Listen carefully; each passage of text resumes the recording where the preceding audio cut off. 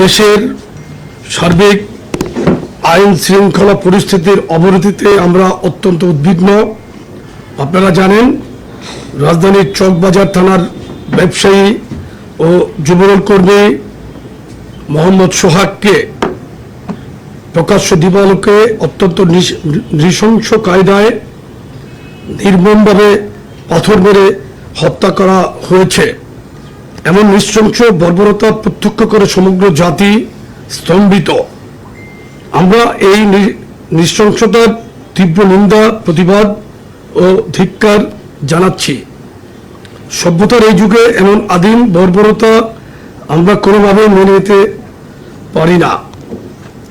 এই ঘটনায় সংশ্লিষ্ট ও ইন্ধন দাতা হিসাবে যাদের নাম এসেছে তাদের সকলকে, মামলায় যাদেরকে আসামি করা হয়েছে, আমাদের 3 সংগঠনের আমরা 5 জনকে গতকাল সংগঠন থেকে আজীবনের জন্য বহিষ্কার করেছি এবং আইন শৃঙ্খলা রক্ষাকারী বাহিনীকে আমরা জোর দাবি জানিয়েছি, উদাত্ত আহ্বান জানিয়েছি তাদেরকে অবিলম্বে অতি দ্রুত গ্রেপ্তার করে আইনের আওতায় আনার জন্য।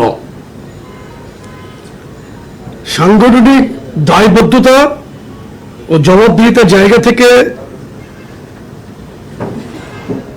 যা কিছু প্রয়োজন আমরা সেই ব্যবস্থাগুলো নিয়েছি, কিন্তু এই ঘটনায় যারা সরাসরি সংশ্লিষ্ট হিসেবে ভিডিও ফুটেজ ও সিসিটিভি ক্যামেরার ফুটেজে যাদের দেখা গেছে, আশ্চর্যজনকভাবে তাদেরকে মামলার প্রধান আসামি করা হয়নি। যারা প্রাণঘাতী আঘাতগুলো করেছে তারা অদ্যাবধি গ্রেপ্তারও হয় নাই। এর কারণ আমাদের বোধগম্য নয়। গণমাধ্যমে মামলার এজাহারে উল্লেখিত বাদীর মেয়ে বলেছেন, মামলার এজাহারে খুনের সাথে সরাসরি সম্পৃক্ত 3 জন খুনিকে পুলিশ কৌশলে বাদ দিয়ে নিরাপরাধ 3 জনকে আসামি করেছে। ঘটনার 60 ঘন্টার বেশি সময় পেরিয়ে গেলেও খুনিদের খুনের প্রমাণাদি হাতে থাকা সত্ত্বেও অদ্যাবধি কেন মূল আসামিদের গ্রেপ্তার করা গেল না, এটা একটা বিরাট প্রশ্ন ও রহস্য। এবং আপনাদের মাধ্যমে আমরাও জানতে চাই, কারা কেন এই 3 জন আসামিকে বাদ দিয়ে নতুন করে অন্য 3 জনকে আসামি করলো, এটা আমরা জানতে চাই। কারা করলো, কেন করলো, এটা জানতে চাই।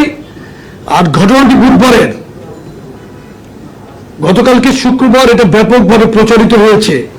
2 দিন আগের ঘটনা কেন গতকালকে প্রচার হলো, এর পিছনে কারা জড়িত সেটাকেও খুঁজে দেখতে হবে।